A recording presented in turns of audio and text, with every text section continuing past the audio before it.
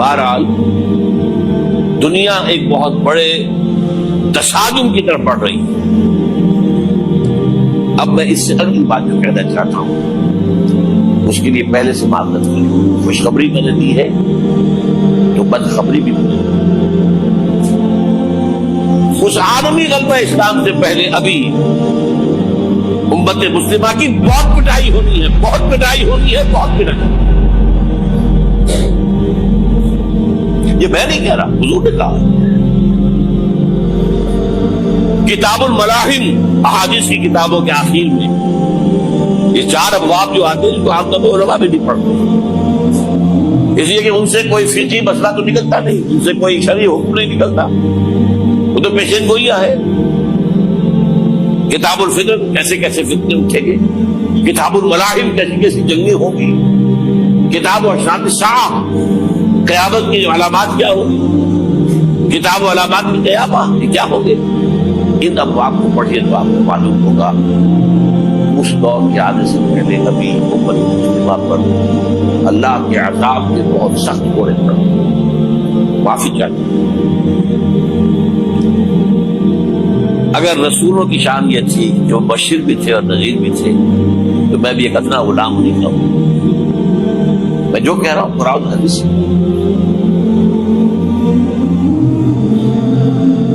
یہ عذاب کیوں آئے گا؟ امت مسلمہ بحیثیت مجموعی اللہ کی نگاہ میں مجرم، بہت بڑی مجرم. کیوں؟ 1 انچ زمین دنیا میں نہیں دکھا سکتی جہاں اللہ کا دین قائم. یہ مذہب ہے، مسجدیں ہیں، حج ہے اور عمرے ہیں، یہ مذہب ہے. دین کہاں ہے؟ اللہ کا نظام کہاں ہے؟ دین حق کہاں ہے؟ وہ نظام عدل کہاں ہے؟ وہ نظام سیاست کہاں ہے؟ وہ قانون شریعت کہاں ہے؟ آپ کی ساری معیشت سود کے اوپر ہے، اور سود سے زیادہ بڑا گھناؤنا جرم کوئی نہیں، سود سے زیادہ بڑا گھناؤنا گناہ کوئی نہیں. اس کے بارے میں حضور نے فرمایا الربا 70 جزءا یحوما، 2 حدیثیں ہیں. ربا کے 70 حصے ہیں، یہ 70 گناہ ہیں، 70 گناہ ہیں، جن میں چھوٹے بھی ہیں بڑے بھی ہیں. 70 گناہ. ایسا روحا ان میں سب سے چھوٹا اس کے مساوی ہے این کے رجل امہ، کہ کوئی شخص اپنی ماں سے زنا کرے. سنن ابی داؤد کی روایت ہے، سنیے پڑھیں. سارا نظام آپ کا کہاں ہے؟ تجارت ہو تو اس پر ہے، زراعت ہو تو اس پر ہے.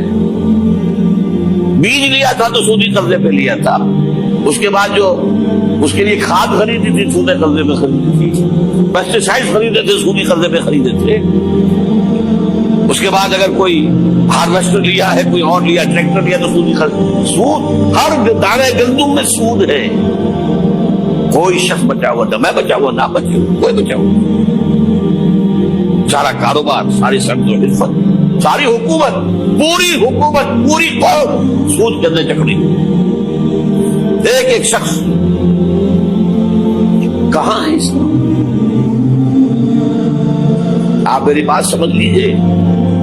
اسلام کے 2 حصے کر لیجئے، اسلام بطور مذہب، اسلام بطور دین. اور یہ تو آپ قرآن پڑھتے ہیں، پورے قرآن میں مذہب کا رستہ آیا ہی نہیں ہے. حدیث کے ذخیرے میں بھی میری امکان، میری معلومات کے اندر کہیں نہیں. یہ مذہب تو ہمارے یہاں استعمال